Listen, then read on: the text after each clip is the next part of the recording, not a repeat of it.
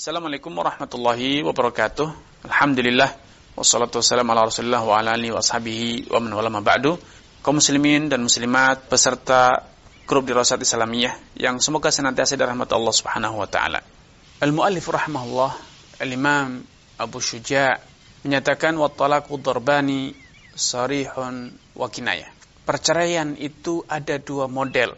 Sarih, perceraian yang lugas, tegas, nyata-nyata secara redaksional, dan juga tujuan dan maksud nyata-nyata jelas difahami itu adalah sebagai satu perceraian.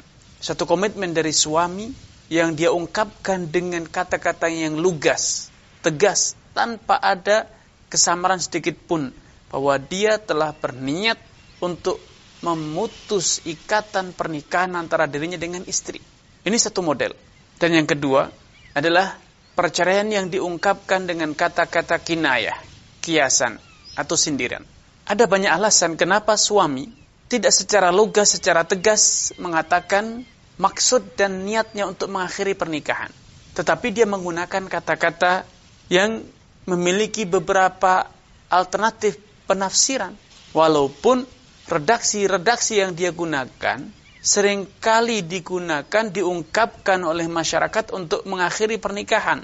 Seperti kata-kata pisah ranjang, seperti kata-kata bahwa pergilah, pulanglah ke rumah orang tuamu, atau kata-kata bahwa kamu halal bagi laki-laki lain, atau dengan mengatakan bahwa kandunganmu, kehamilan yang ada dalam perutmu itu, janin yang ada dalam perutmu itu bukanlah dari diriku atau dari anakku, tetapi itu adalah kehamilan dari orang lain.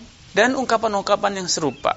Ada lagi ungkapan yang sering juga diukatakan oleh masyarakat dengan mengatakan kita urus surat-surat kita di pengadilan agama, hubungan kita telah berakhir, dan ungkapan lain yang serupa. Itu seringkali digunakan oleh masyarakat untuk mengungkapkan niat serta maksud untuk mengakhiri pernikahan, walaupun kata-kata itu juga sering digunakan untuk maksud dan tujuan lain, seperti kata pulanglah ke rumah orang tuamu. Bisa jadi diartikan sebagai mudik.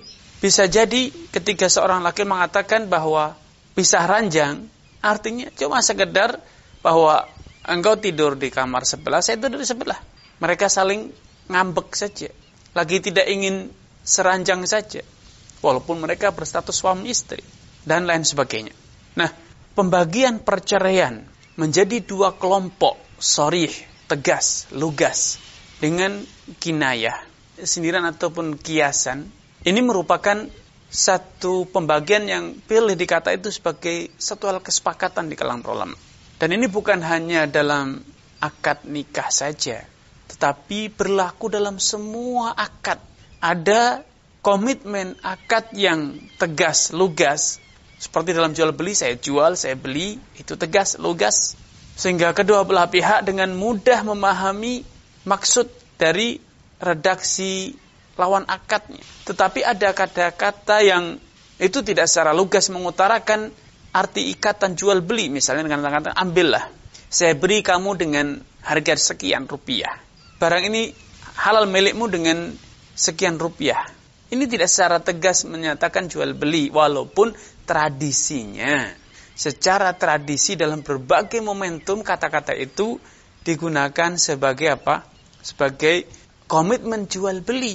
Ya, tetapi kadangkala ambillah, bawalah, saya berikan, itu juga sering digunakan untuk komitmen yang lain, berupa hibah, berupa sewa menyewa, peminjaman misalnya, dan lain sebagainya.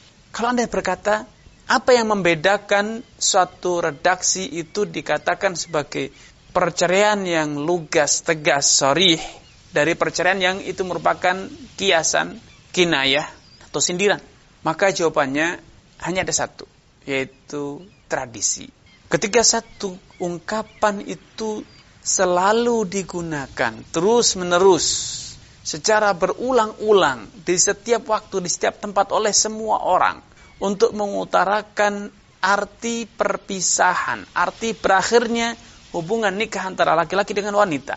Sampai pada tingkatan setiap orang ketika mendengarkan redaksi tersebut, spontanitas mereka akan memahami maksud dari orang yang berbicara bahwa dia ingin mengakhiri atau dia telah mengakhiri hubungan nikahnya dengan istri, maka ini dikatakan sebagai kata-kata yang sharih, redaksi perceraian yang sharih.